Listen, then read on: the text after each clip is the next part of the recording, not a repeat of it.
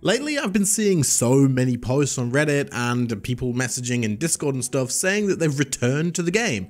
And while we're in a content drought right now, it seems like people returning to the game or newer players coming to the game is at a bit of a high, and I don't really know why. However, of course, I thought this would maybe a good time now then to make a couple of beginner videos. So over the next couple of days, you're probably going to see me putting out a couple of videos focused on beginner players. So in this video, we're going to go through some upgrades and unlocks for new and returning players. Let's go. Now, if you are a new or returning player to RuneScape, even though the combat beta is coming out on Monday, which you may hear about, where magic, melee, and ranged is getting a bit of a buff and a bit of quality of life upgrades, the overall best combat style for you to focus on is probably still going to be necromancy. Now, the reason that I would suggest this as tip number one is necromancy combat. If you're looking into trying to get into combat, whether it be Slayer, whether it be PVM and trying to reach high level bosses and stuff, necromancy is still by far the easiest and cheapest combat style to get into and actually reach the high levels as well. Accessing level 90 combat gear has had a pretty decent pathway through necromancy, and not only are you going to be incredibly strong by the time you reach this, you'll go through and do it in quests, and it will teach you how to craft that gear too,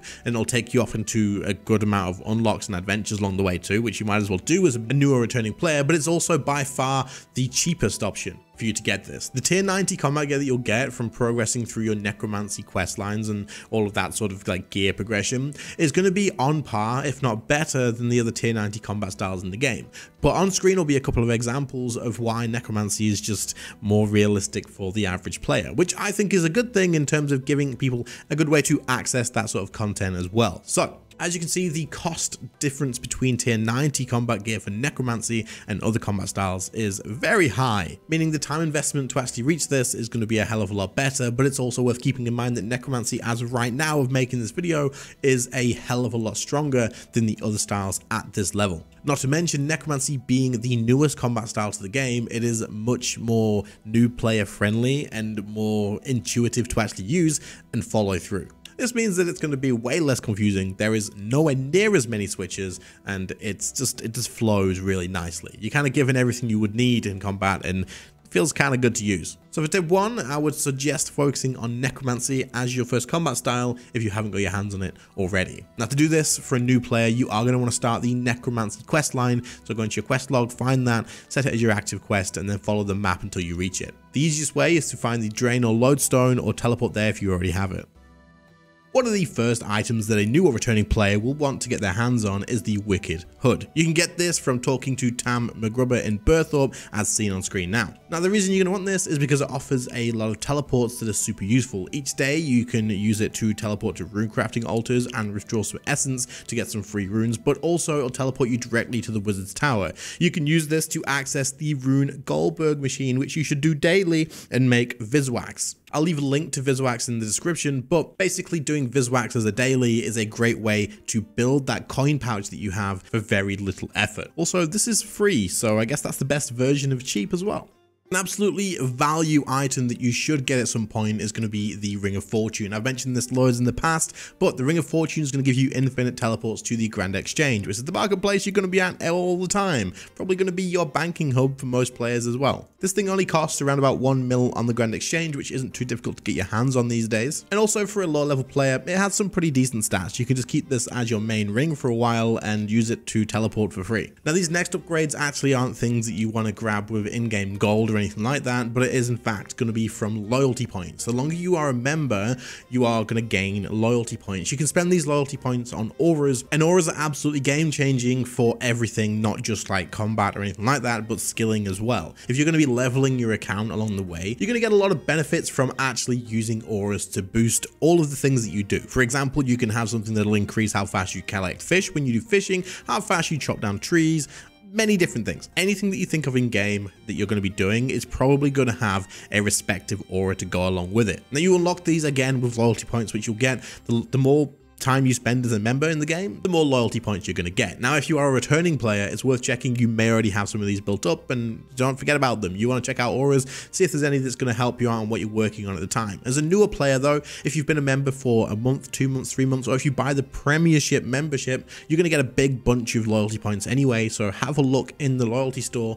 But keep in mind, loyalty points kind of are slow to get in the future if you are going to just be getting it on a month-by-month basis. So focus on what you need and spend them wisely to make sure that they are worthwhile. It's also probably worth mentioning here that the big DPS combat auras, the ones that you absolutely want to get, aren't actually on the loyalty store anymore. These are in fact sold by War at War's Retreat. So once you access the War's Retreat area, again, I'll link this in the description, you'll be able to collect up marks of War for killing any boss of any size, so the low level bosses and the high level bosses, and then spend those on combat auras as well. But have a look through the auras, see what ones you need, see if they have any value to you, and take advantage of those loyalty points. For number 5, we'll quickly stick to the actual Solomon store for just a second and talk about the fact that, one, as a member, you can get free items here every now and again, so check on the free for members section, but also you can get some extra bank boosters in the same place as well. So these are always free for members. If you're a member right now, anyone watching this video, and you don't have the free bank boosters, what are you doing? Get in there, click them, and get all the stuff that's free. Free stuff is great. I love it. Right now, there's an ornate heavy melee weapon pack. Who needs that? But I'm still gonna get it. It's great. Okay, let's move on. So a little while ago, like Christmas time, I released these potion lamps on the channel as the first merch launch ever, and you guys sold them out instantly. It was like a day, and you were gone. They were gone. Yeah, they just went. So a lot of you guys who wanted them didn't actually manage to get your hands on them, and since then I have quite often heard, are you bringing them back? Are you going to be bringing they're back, guys? They're back.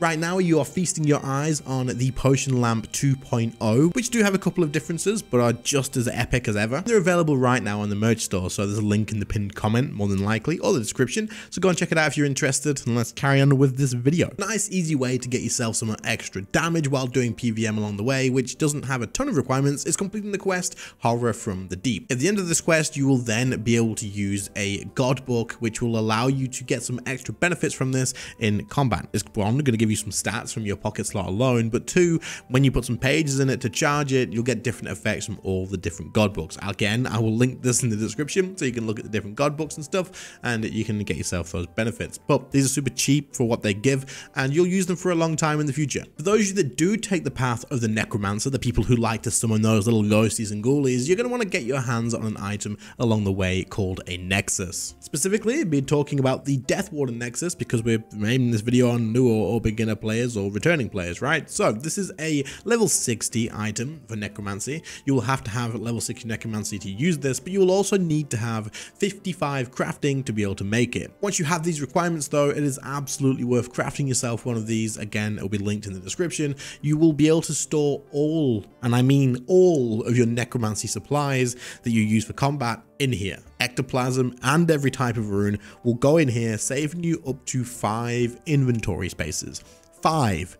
This is crazy. This is a lot. You're getting yourself a lot of inventory space back here, so definitely grab yourself a Nexus as soon as you can if you are using necromancy. Next up, I'm going to mention the ability Devotion. This is a defense ability which is absolutely worth getting, and you're going to use it forever. Like, it's going to be something that you use early on all the way through the game, and you'll use it at the end game bosses as well, because it's going to give you 100% effectiveness on your protection prayers, and it lasts for 9.6 seconds. Now you can unlock this from the Tusker minigame, the Anima Islands minigame, which takes quite a while to do, and I wouldn't really recommend it. Or you could go to the God Wars dungeon and kill the Bandos or the Armadillo monsters that are in there. I would recommend killing the Bandos ones, as they can grit them up nice and easy. It's a lot easier than the Armadillo ones, and you can AoE them down a little bit easier. And while this is counted as a rare drop, it takes a lot less time on average, I believe, to actually get it from there than it does to go ahead and do the actual minigame. Now you could go super unlucky here, but you could also get really lucky, but on average you're going to get this quicker. I've done this on 3 accounts, I believe, at this point, and I've done it every single time here,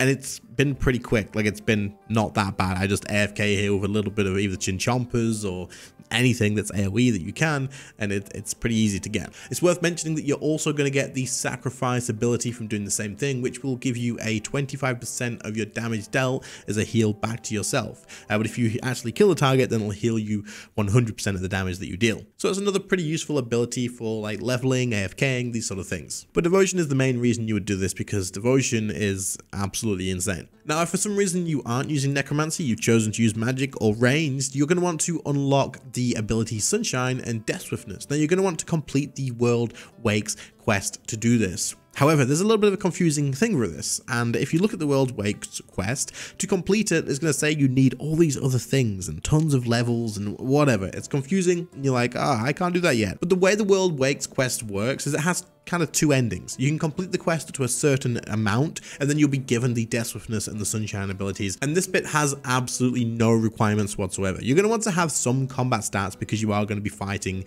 in the actual quest line, but you are able to complete this with no requirements technically, and so you can grab these pretty early on. So if you are using ranged on magic, this is definitely one that you want to tick off. It's not going to cost you any money, it's just going to cost you a bit of time, and these are the most important unlocks you could probably get for those, because the Death Swiftness and Sunshine abilities are the most important abilities in your DPS rotations, so you definitely want these. Moving on from that to something relevant, but this one actually does cost a decent amount of GP. It's about 7 million GP, which sounds expensive, but for what it is, for an average player like the beginner, like newer player, they're getting into combat and stuff like that. If you just unlock Death Swiftness and Sunshine, you're also going to want to get Planted Feet as a perk on your weapons. Now, this is through invention, so again, you are going to be towards like the mid to end game here. You're probably a returning player, or maybe you just want to add this to your list for a beginner player.